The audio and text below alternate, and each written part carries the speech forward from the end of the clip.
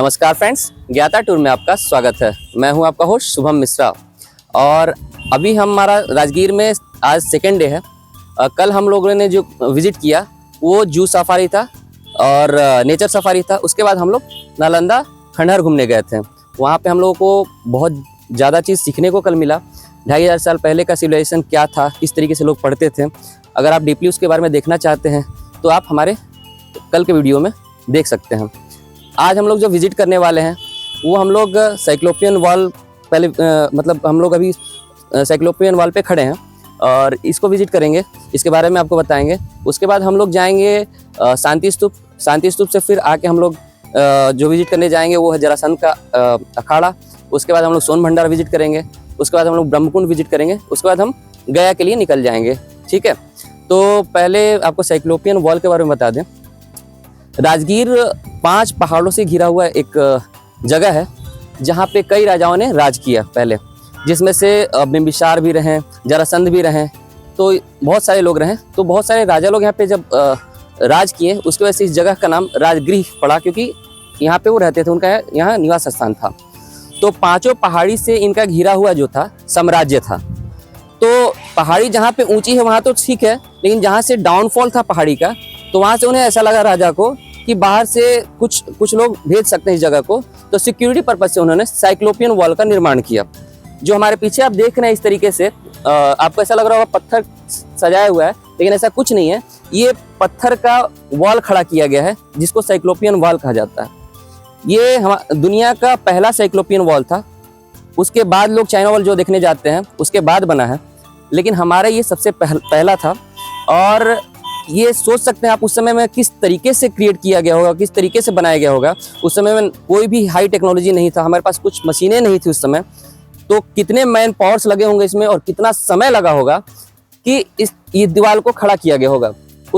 यही कारण था कि इस जगह को कई देश विदेश से लोग राजा महाराजा आते थे, इस जगह को भेजना चाहते थे, जीतना चाहते थे, लेकिन जीत नहीं पाए कभी। ठीक है, तो ये सारा कारण था। यहाँ पे हमारे पीछे जो देख रहे हैं नीचे बाणगंगा इसको कहते हैं, जो पानी देख रहे हैं आप, ये बाणगंगा है।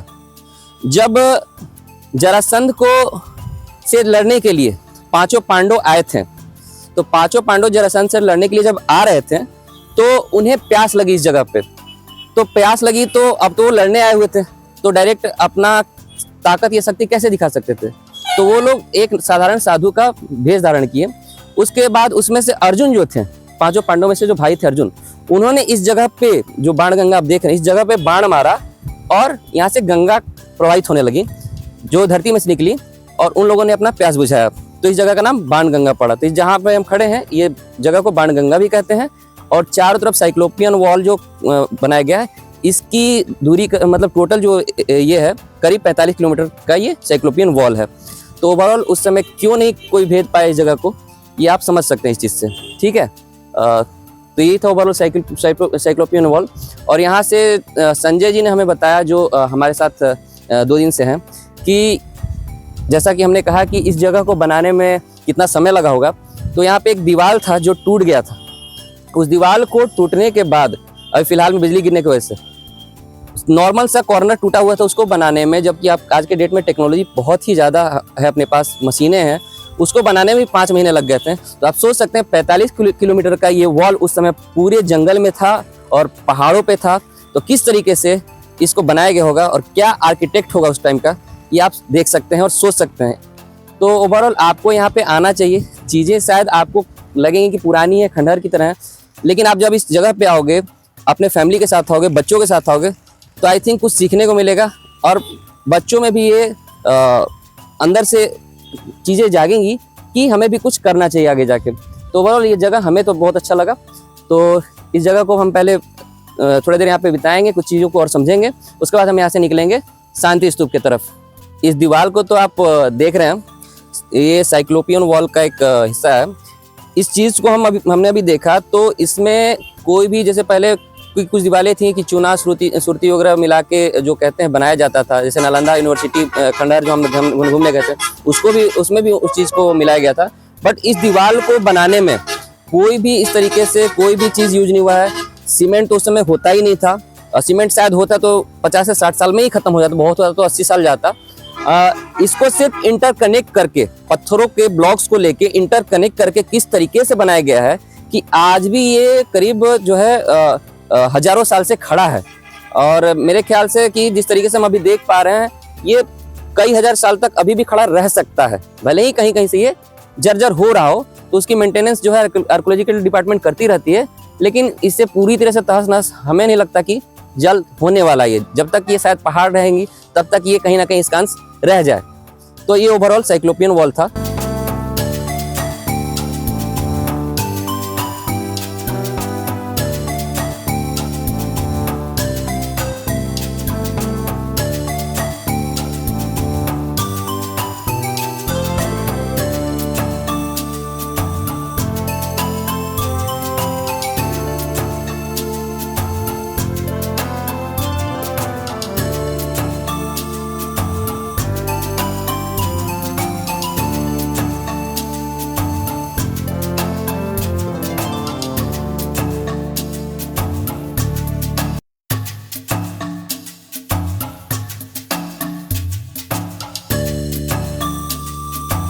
अब हम आ चुके हैं विश्व शांति स्तूप जाने के लिए रोपवे के पास। ये जो आप भवन देख रहे हैं गृतकूट भवन, ये गृतकूट भवन में से ही रोपवे जाती है विश्व शांति स्तूप के लिए। इसका टिकट फेयर है आना जाना 120 रुपया पर पर्सन। तो हमने टिकट ले लिया है और हम अब रोपवे की तरफ जा रहे हैं और बाई रोपवे हम ऊपर की ओर जाएंगे। अगर आप पैदल जाना चाहते हैं तो वो भी ऑप्शन है।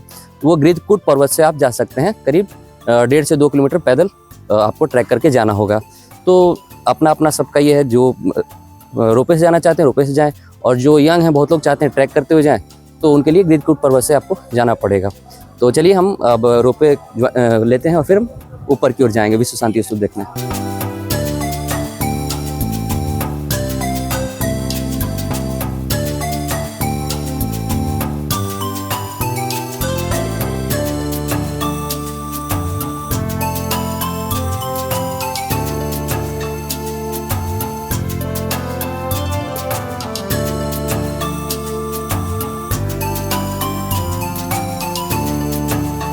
अब हम लोग रोपवे के अंदर बैठ चुके हैं और ये ऊपर की ओर अब लिफ्ट हो रहा है।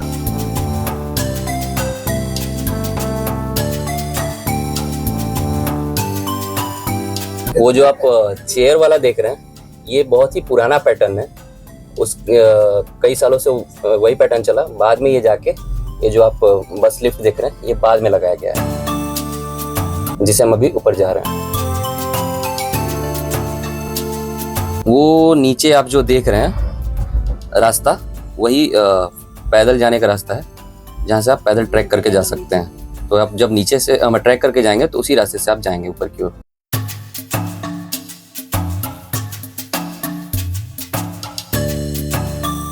इसी जगह पे जॉनी मेरा नाम की शूटिंग हुई थी और फाइनली हम लोग अब ऊपर की ओर पहुंच रहे हैं।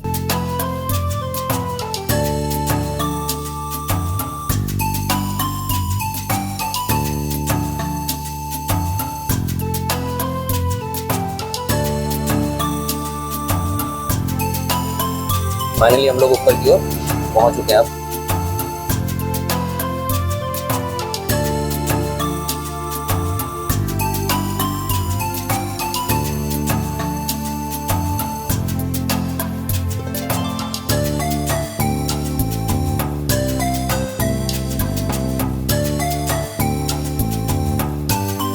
स्तूप में पे आ चुके हैं रोपवे से चल के, और हम अभी खड़े हैं ठीक विश्व शांति स्तूप के सामने में। यहाँ पे आने के बाद ये सफ़ेद रंग का विश्व शांति स्तूप आप जब देखोगे, चारों तरफ से पहाड़ी से घिरी हुई नेचर एक्सप्लोर करते हुए ऊपर को आओगे, उसके बाद ये शांति स्तूप देखोगे, तो इसके आसपास जब आप घूमोगे तो आपको एक शांति की अनुभूति होगी। इसका स्टोरी ऐसा है कि एक जापान के मॉन्क थे, वो यहाँ पे आए थे एज ए पर्यटक। तो यहाँ पे आने के बाद उनको ठीक इस स्तूपा के ठीक सामने एक पर्वत है, वहाँ पे गृतकूट पर्वत नाम है उसका, जहाँ पे भगवान बुद्ध ने तपस्या किया था पहली बार। तो तपस्या किया था उन्होंने। तो जो मॉन्क आए थे, तो मॉन्क आने के बाद उनको यहाँ पे इतना शांति का अनुभव हुआ कि उन्होंने कहा कि हम इस जगह पे एक ऐसा स्तूपा बनाएंगे जो कि पूरे विश्व को शांति का जो है एक मार्ग दिखाएगा और पूरे विश्व को शांति का पाठ पढ़ाएगा। तो उन्होंने यहाँ पे प्रण लिया कि हम एक स्तूपा बनाएंगे। तो लेकिन भारत की गवर्नमेंट ने एज ए आर्कोलॉजिकल डिपार्टमेंट के हाथ में ये सब चीज़ था, तो यहाँ पे उन्हें परमिशन नहीं, गृतकुट पर्वत पर परमिशन नहीं मिला बनाने के लिए। तो ठीक सामने उनको गृतकुट पर्वत के यहाँ पे वो स्थान दिया गया जहाँ पे वो इस चीज़ का स्तूपा का निर्माण उन्होंने करवाया। तो लगभग ये 70 साल के आसपास हो रहा है, इसका निर्माण कराया गया था आई थिंक 1969 में, और या फिर 69 में ही कराया गया था शायद, मैं कंफर्म नहीं उस चीज़ को लेके। तो ये यही है विश्व शांति स्तूप। ठीक है, अभी हम थोड़ा पास से जाएंगे और इसको एक्सप्लोर करेंगे, थोड़ा सा घूमेंगे, और उसके बाद ठीक इसके बगल में एक टेम्पल है, उसको विजिट करेंगे। ठीक है, चलिए नज़दीक जाते हैं उसके।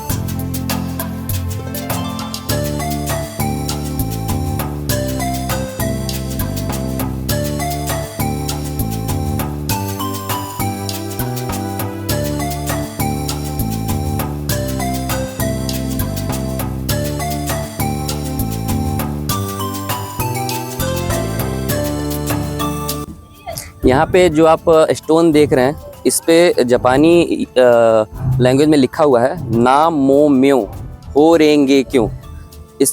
ये उनका जैसे हम लोगों का मंत्र होता है हिंदू ये में कल्चर में, उस तरीके से उनका ये बहुत ही प्योर मंत्र है जो यहाँ पे लिखा हुआ है।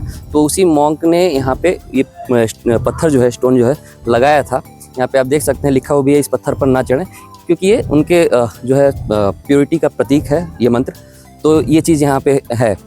अब मंदिर में जब सामने अंदर को जाएंगे तो उसमें भी ये चीज़ आपको मंत्र का उच्चारण होता हुआ लगातार मिलेगा आपको ढोल नगाड़ों के साथ।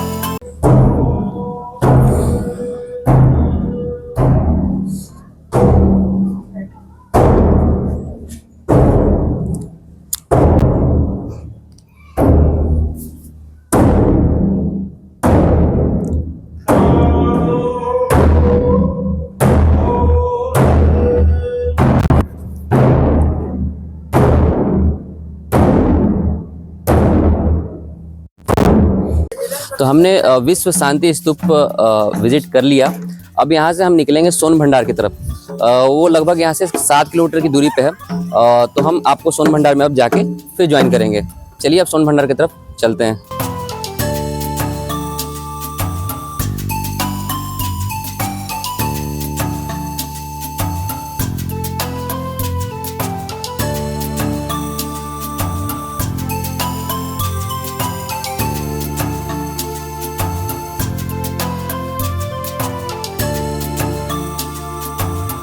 अभी हम खड़े हैं जहाँ पे यही जगह है, सोन भंडार के नाम से जाना जाता है। अभी यहाँ पे जब आप आएंगे तो यहाँ पे लोगों का तो कहना अलग अलग तरीके से, कई लोग कई चीज़ें भी कहते हैं। जैसे सोन भंडार नाम है तो लोग कहते हैं कि यहाँ पे जरासंध का, उन लोगों का यहाँ पे जो है सोना चांदी यहाँ पे बंद किया हुआ है, और अंदर जो लिपि लिखी हुई है वो ब्रह्म लिपि में लिखी गई है। लोग ऐसा कहते हैं उसको पढ़ने से वो दरवाज़ा खुलेगा ही। इतना तो बात सत्य है कि उसको पढ़ने से ये दरवाज़ा खुलेगा, लेकिन उसके पीछे क्या है ये आज तक किसी को पता नहीं चला है। तो आर्कोलॉजिकल डिपार्टमेंट का ये कहना है कि सोन भंडार, नाम तो है सोन भंडार, लेकिन सोन का मतलब गुफा भी होता है। तो उनका ये कहना है, स्टडी करने के बाद उन्होंने ये बताया कि यहाँ पे जो प्राचीन समय में साधु संत ऋषि जैन मुनि लोग तपस्या करते थे या फिर मेडिटेशन करते थे, बैठ के जो कह लीजिए आप शांति की अनुभूति लेते थे, मेडिटेशन करते थे, इसी स्थान पे इसी गुफा में करते थे वो। तो इसके वजह से इस गुफा का नाम मतलब इसको सोन के नाम से भी जाना जाता है। तो सोन और गुफा सेम चीज़ है। तो अब आप इस पर सोच सकते हैं कि ये क्या चीज़ है, लेकिन दरवाजे के पीछे क्या है अभी तक किसी को पता नहीं चला है। इतना सिर्फ इसमें रियलिटी है कि जो वो लिपि लिखी गई है वो लिपि रियल लिपि है, ब्रह्म लिपि में लिखी गई है, और उसको पढ़ने से वो दरवाज़ा खुलेगा। लेकिन अब आप सोच रहे होंगे कि ये लिपि तो 2 लाइन में लिखा हुआ है, कोई भी पढ़ सकता है। लेकिन ना पढ़ने का कारण ये है कि नालंदा खंडहर जो आप आज देख रहे हो, एक समय में विश्वविद्यालय था, उसमें जो पुस्तकालय थी उसमें इसकी पुस्तकें रखी हुई थी, जिसमें ये इस लिपि के बारे में ज्ञान दिया हुआ था। तो उस लिपि के बारे में उसमें जो मेंशन किया हुआ था, जब बख्तियार खिलजी आए और उस वहाँ पे जब उन्होंने आग लगा दिया तो वो पुस्तकालय पूरा जल के राख हो गया, जो कि 6 महीने तक, ऐसा लोग कहते हैं कि उससे भी ऊपर टाइम लगा था उस पूरे पुस्तकालय को जलने में, जो कि उसमें पुस्तकें बहुत ज़्यादा थी इसके वजह से। तो उसके साथ साथ वो पुस्तक भी जल गई, और बाकी लोगों को जो नॉलेज था उसके बारे में, वो लोग तो इस दुनिया में रहे नहीं, तो किसी को वो नॉलेज जो है ट्रांसफ़र नहीं कर पाए, जिसकी वजह से वो लिपि जो है यहाँ पे सिर्फ लिखने मात्र तक ही सीमित रह गया, इसको आज तक कोई पढ़ नहीं पाया। उसके बाद ब्रिटिश टाइम में जब ब्रिटिशियंस आए तो उन्होंने कोशिश किया कि उनके मन में तो लालच पहले से ही थी हर चीज़ को लेके, वो भारत को तो लूटने ही आए थे। उन्होंने सबसे पहले यहाँ से तोड़ा इस जगह को, और इसको खिड़की का रूप दिया यहाँ से, और यहाँ से उन्होंने तोप लगा के और यहाँ से फायरिंग करना शुरू किया ताकि वो दरवाज़ा खुल जाए। लेकिन उस दरवाजे पे बहुत सारा फायरिंग करने के बाद भी ये पहाड़ हिल सा गया हल्का, अंदर जो है उसकी जो बारूद थी उसके वजह से पूरा गुफा काला हो गया, क्षतिग्रस्त हो गया, लेकिन वो दरवाज़ा नहीं खुला। वो लास्ट में जो था वो थक के यहाँ से फिर चले गए। तो यही है पूरा स्टोरी यहाँ का, जिसकी वजह से बाकी इस जगह का नाम सोन भंडार है। लिपि यहाँ पे जो लिखा है हुआ है रियल है, ब्रह्म लिपि है, उसको खोलने से ये दरवाज़ा खुलेगा। लेकिन इसके पीछे क्या है कोई नहीं जानता है। आपके हिसाब से इस दरवाजे के पीछे क्या होना चाहिए उसको आप कमेंट बॉक्स में अपना मेंशन करके बता सकते हैं। और आप अपना कुछ सजेशन देना चाहते हैं तो उसमें वो भी दे सकते हैं आप, ठीक है। तो ये रहा टोटल सोन भंडार के बारे में जो हमने देखा और अपना एक्सपीरियंस आपको शेयर किया। अब यहाँ से हम जो जाएंगे जरासंध का अखाड़ा जाएंगे और फिर वहाँ चल के आपको ज्वाइन करते हैं।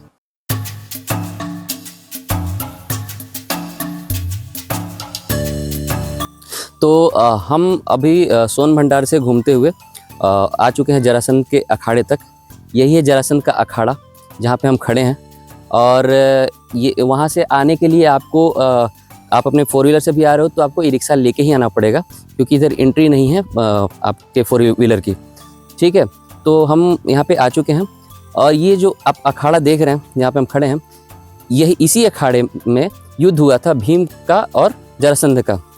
युद्ध का कारण ये था कि जरासंध ने जो है 86 राजाओं को यहाँ पे इसी जगह पे बंदी बना के रखा था। एक गुफा में जेल था वहाँ पे, जिसके कारण सब लोग सारे राजा उसमें बंदी थे। तो 5 पांडव यहाँ पे आए और भीम का जो है इसी अखाड़े पे युद्ध हुआ था जरासंध के साथ। जरासंध के साथ वो युद्ध करीबन 28 दिन तक चला था, जैसा कि पुराणों में व्याख्या इस चीज़ का। तो उस 28 दिन में जब युद्ध होता गया, बार बार भीम जो है उनके दोनों जांग को जरासंध के उखाड़ते थे और फेंकते थे। फेंकने के बाद ऐसा होता था इंसिडेंट कि वो ऑटोमेटिक फिर जुड़ जाता था। भीम परेशान हो गए, लास्ट में करे क्या। लास्ट में श्री कृष्ण बैठे हुए थे। ये अखाड़े के चारों तरफ पूरे गांव वाले जो थे, जितने भी यहाँ के लोग थे, बैठ के 28 दिन तक उस युद्ध को देख रहे थे। लास्ट में श्री कृष्ण ने इशारा किया कि जरासंध के दोनों जांग को आप अलग अलग डायरेक्शन में जो फेंक रहे हो उसको अपोजिट डायरेक्शन में फेंको, जिसकी वजह से वो फिर जुड़े ना। तो भीम ने ऐसा ही किया, तो फिर जुड़ा नहीं, तो वहाँ पे युद्ध खत्म हो गया। अब आप सोच रहे होंगे कि रीज़न क्या है कि वो 28 दिन तक उनका जो जांग था जुड़ जा रहा था। तो जरासंध जब जन्म लिए थे तो जन्म के टाइम में वो 2 भाग में उनका शरीर जो था वो जन्म लिए थे। तो उनके घर वाले उनको जंगल में छोड़ दिए कि ये नॉर्मल शरीर में जन्म नहीं लिया है, 2 भाग में शरीर इनका जन्म लिया है। तो जरा एक देवी थी, राक्षसी देवी थी जरा, उनको वो जरासंध मिले तो उनको देखा कि उन्होंने कि ये शरीर अलग अलग हिस्सों में है, तो उन्होंने उसको जोड़ा। तो तब से उनका नाम पड़ गया जोड़ासंध। जोड़ासंध का मतलब ये होता है, अब लोग उसको जोड़ासंध को जरासंध बोलने लगा, प्रोनाउंस होने लगा। जोड़ासंध का मतलब ये होता है कि 2 संध मतलब होता है कि आपका जोड़ना, ठीक है। तो जोड़ासंध उनका नाम पड़ा, तब से उनको जरासंध कहा जाता है। तो आप ये समझ गए कि ये इसी अखाड़ा में जरासंध और भीम का युद्ध हुआ था 28 दिन तक, प्रॉपर यही चीज़ है।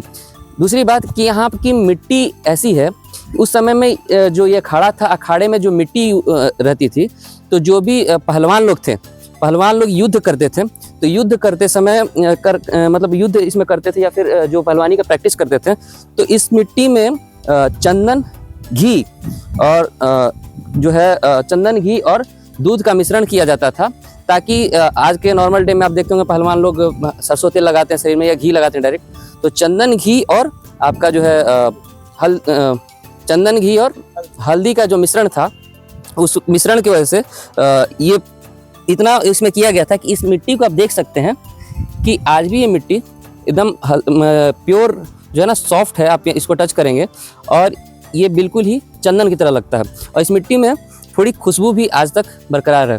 तो उस समय में ये मिट्टी कैसी होगी आप सोच सकते हैं। ये आप देख सकते हैं कि यहाँ पे अभी खैर आर्कियोलॉजिकल डिपार्टमेंट ने यहाँ पे गेट लगा दिया है ताकि उसमें कोई जाए ना, क्योंकि पहले लोग आते थे तो मिट्टी थोड़ा सा लेके जाते थे, इसलिए मिट्टी ले जाने का कारण था ये। तो प्योरिटी थी ही इसकी, साथ में यहाँ से श्री कृष्ण भी पधारे थे, तो जिसके वजह से ये जगह और ये भूमि और भी जो है प्योर हो गई। तो इस मिट्टी को लोग लेके घर में जाने लगे टीका करने के लिए। तो धीरे धीरे बहुत लोग लेके गए, तो यहाँ पे आर्कियोलॉजिकल डिपार्टमेंट लास्ट में गेट लगा दिया ताकि उस मिट्टी को सेफ रखा जा सके। नहीं तो धीरे धीरे ऐसे लोग लेके जाते रहें तो फिर मिट्टी वहाँ पे गड्ढा सिर्फ बचेगा और कुछ नहीं बचेगा। तो ओवरऑल यही था यहाँ पे जरासंध का अखाड़ा। तो आई होप आपको अच्छा लगा होगा। आप विशेष कुछ जानते हैं इसके बारे में तो हमारे कमेंट बॉक्स में ज़रूर बताएं। और बाकी यही जरासंध का अखाड़ा। तो हम अब आ चुके हैं ब्रह्म कुंड के पास। ये राजगीर का बहुत ही फेमस कुंड है और इस कुंड का महत्व ये है कि इस जगह पे 7 धाराएं गिरती हैं जिसमें से गर्म पानी निकलता है और वो 7 धारा में लोग आते हैं, स्नान करते हैं, उसके बाद शरीर को शुद्ध करके और ब्रह्म कुंड जो है बीच में जो धारा का पानी जाकर फिर कुंड में गिरता है, उस कुंड में जाके पूरा शरीर जो है डाल के स्नान करते हैं। उसमें स्नान करने से पानी गर्म होने के कारण आपके बॉडी का में जो भी चर्म रोग होंगे वो दूर हो जाते हैं, ऐसा माना जाता है। अब पानी गर्म होने का कारण क्या है, तो साइंटिफिक रीज़न ये है कि पानी गर्म इसलिए आता है क्योंकि उसमें सल्फर और आयरन की मात्रा होती है, जिस वजह से वो पानी गर्म आता है। पानी कहाँ से आता है ये किसी को नहीं पता चला, पानी कब से आ रहा है। तो ऐसा कहा जाता है, माना जाता है कि ब्रह्मा जी ने स्वयं इस जगह पे इस धारा को प्रकट किया था, गर्म धारा को, ताकि लोग यहाँ पे गर्म पानी का यूज़ कर सके, नहा सकें। ऐसा लोग कहते हैं कि उस समय लोग बहुत ज़्यादा ठंड पड़ रही थी, मालमास का एक मेला चल रहा था, लोग मतलब भक्ति में लगे हुए थे, तो नहा के लोग उसमें मर रहे थे, जिसकी वजह से ब्रह्मा जी ने ये आशीर्वाद दिया और यहाँ पे कुंड वो धारा प्रकट हुई। तो ये था कैसे धारा प्रकट हुई ओवरऑल। तो यही है ब्रह्म कुंड और इससे ज़्यादा कुछ नहीं है यहाँ पे। और साइंटिस्ट यहाँ पे जब भी आए तो उन्होंने पता करने का पूरा कोशिश किया कि इस कुंड के बारे में, इस पानी की धारा कहाँ से निकल के आ रही है, पर्वत के किस कोस से कैसे आ रही है, वो आज तक किसी को पता नहीं चल पाया। तो ये एक रहस्यमय चीज़ है। बाकी अपना अपना श्रद्धा है लोगों का, लोग आते हैं यहाँ पे, नहाते हैं और अपना पूजा भावना से आते हैं और करके फिर चले जाते हैं। आई होप आज का टूर आपको बेहद पसंद आया होगा। आज हमारा, जैसा कि मैंने बताया था कि राजगीर में हमारा 2nd डे है। अब यहाँ से हम गया के लिए निकलेंगे, 3rd डे हम पूरा दिन गया में देंगे। अगर आपको आज का वीडियो पसंद आया हो तो वीडियो को लाइक ज़रूर करें और अपना कुछ वैल्यूएबल फीडबैक देना चाहते हैं तो कमेंट सेक्शन में ज़रूर लिखें। और अगर आपने अब तक चैनल को सब्सक्राइब नहीं किया है तो चैनल को सब्सक्राइब कर दें। आज के लिए बस इतना ही। Thank you, thanks for your time.